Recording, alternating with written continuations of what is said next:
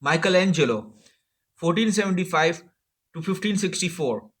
The great Renaissance artist Michelangelo Buonarroti is the outstanding figure in the history of the visual arts, a brilliant painter, sculptor, and architect. Michelangelo left behind an assortment of masterpieces which have impressed viewers for over 4 centuries. His work profoundly influenced the subsequent development of European painting and sculpture. Michelangelo was born in 1475 in the town of Caprese, Italy, about 40 miles from Florence. He showed talent at an early age, and at 13 he was apprenticed to the famous painter Ghirlandaio in Florence.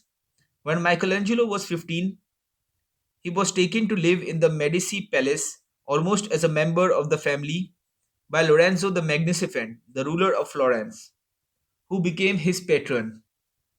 Throughout his career, Michelangelo's enormous talent was obvious, and he was frequently commissioned by popes and secular rulers alike to design and produce works of art. Although he lived in various places, most of his life was spent in Rome and Florence. He died in Rome in 1564, shortly before his 89th birthday. He never married. Although he was not quite as universal a genius as his older contemporary Leonardo da Vinci, Michelangelo's versatility is still extremely impressive.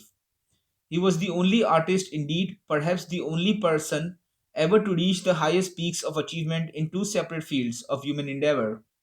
As a painter, Michelangelo ranks at or near the very top, both in the quality of his finest work and in the influence he has had upon later painters. The enormous set of frescoes with which he decorated the ceiling of the Sistine Chapel in Rome is justly celebrated as one of the greatest artistic achievements of all time. Nevertheless, Michelangelo considered himself to be primarily a sculptor, and many critics consider him the greatest sculptor who ever lived. His statues of David and of Moses, for example, and the famous Pieta are all works of unexcelled artistry. Michelangelo was also a highly talented architect. Among his well known achievements in this field is the design of the Medici Chapel in Florence. For a good many years, he was also the chief architect of St. Peter's in Rome. Michelangelo composed many poems during his lifetime, some 300 of which survive. His numerous sonnets and other poems were not published until well after his death. They provide considerable insight into his personality and clearly show that he was a talented poet.